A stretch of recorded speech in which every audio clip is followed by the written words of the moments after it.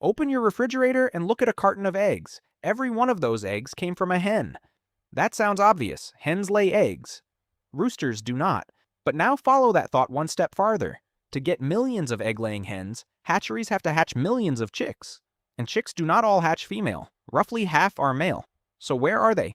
Where are all the brothers of the hens that laid your breakfast? They are not filling supermarket shelves.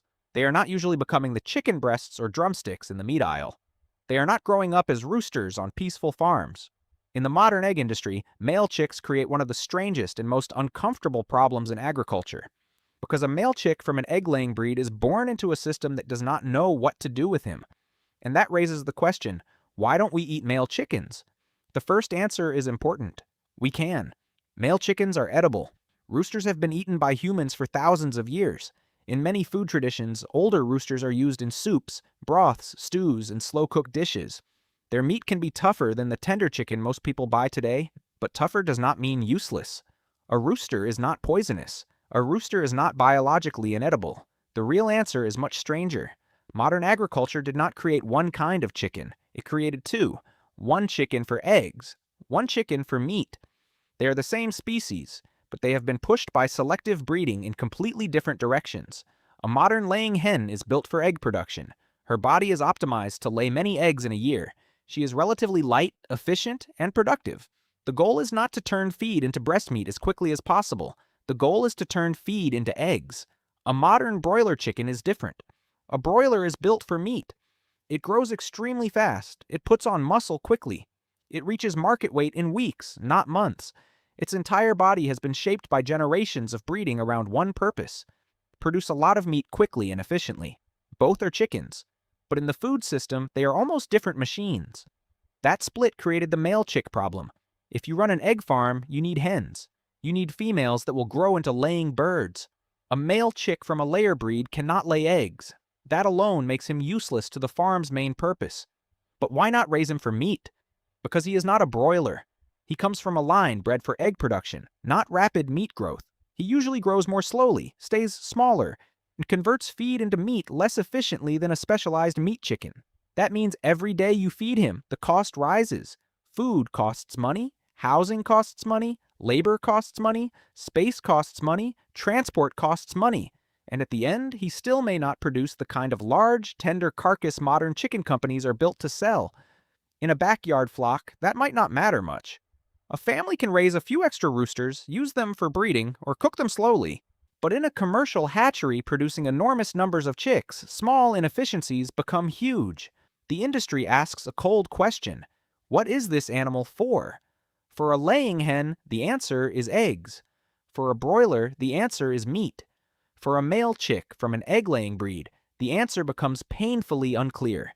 This did not happen because male chickens lost all value in nature. It happened because humans built a system around specialization. Think of it like two factories. One factory makes eggs, one factory makes meat. The egg factory does not want meat birds. The meat factory does not want egg breed males. And the animal caught between those two systems becomes a byproduct. That word sounds industrial because the system is industrial. Historically, chickens were not divided so sharply. A small farm flock could produce eggs, meat, chicks, feathers, manure, and noise all from the same group of birds. A rooster had roles. He could fertilize eggs, protect the flock, announce the morning, and eventually become food. Chickens were multi-purpose animals. Then agriculture scaled up. Farms became larger. Breeding became more specialized. Hatcheries separated from egg farms and meat farms. Processing plants were built around speed and uniformity. Grocery stores wanted predictable products. Consumers wanted cheap eggs and cheap chicken.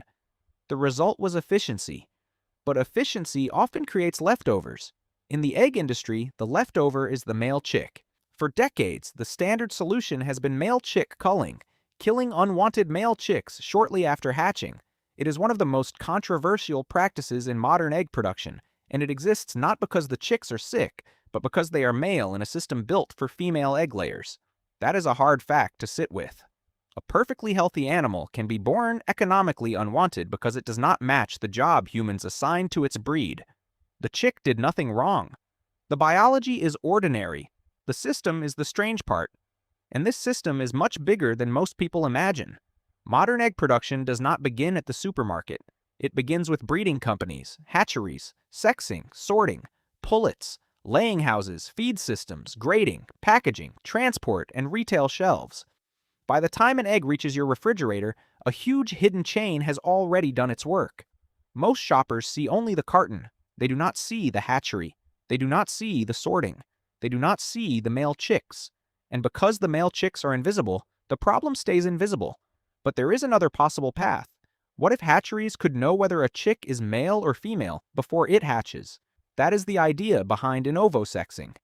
In-ovo means inside the egg. These technologies try to identify the sex of the developing embryo during incubation. If the embryo is female, the egg can continue developing into a laying hen. If the embryo is male, the egg can be removed before the chick hatches.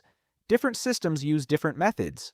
Some test for biological markers, some use imaging. Some are being developed to work earlier, faster, and at larger scale. The goal is to avoid hatching male chicks that the egg industry will not raise. This is one of the most important changes being explored in egg production today. In some places, companies and governments have moved faster than others. Some European countries have pushed strongly toward alternatives to culling. In the United States, certification programs and some producers are beginning to highlight eggs from systems using in-ovo sexing or other approaches. But technology is not a magic wand. It has to be accurate. It has to be fast. It has to work at industrial scale. It has to be affordable. And it has to fit into an egg industry already built around tight margins. That is why the change is happening unevenly. Another solution is dual-purpose chickens. These are birds bred to produce eggs, while also allowing males to grow into more usable meat birds. In theory, that solves the problem by making both sexes valuable. But there is a trade-off. A dual-purpose hen may not lay as many eggs as a specialized layer. A dual-purpose male may not grow as quickly as a specialized broiler. The whole point is balance, and balance can be less efficient than specialization. That does not mean dual-purpose systems are bad. It means they ask consumers, farmers, and companies to accept a different kind of efficiency. Maybe fewer eggs per hen. Maybe slower growing meat. Maybe higher prices. Maybe a food system that is less optimized for the cheapest possible carton. That is a cultural choice as much as a farming choice. Because the truth is, consumers helped build the system too. People want eggs to be cheap. They want chicken to be cheap. They want shelves full. They want breakfast predictable. They want a dozen eggs to be available every week without thinking about the biology behind it. Industry responded to that demand by optimizing everything. And when you optimize one thing hard enough, you often create a problem somewhere else. The male chick is that problem. It is tempting to think of this as a story about cruelty alone. And the welfare concern is real. But it is also a story about how specialization changes life. Humans took a wild jungle fowl and changed it into many different kinds of chicken. Some became egg machines. Some became meat machines. Some became showbirds. Some became fighting birds. Some became backyard companions. Some became symbols in religion, folklore, and culture. The same species was split into many human purposes. And once that split happened, the male from one purpose no longer fit neatly into another. That is why the chicken in your egg carton and the chicken in your sandwich usually come from different biological worlds. The hen that laid your egg was not designed to become a large breast fillet. The broiler that became your dinner was not designed to lay eggs for years.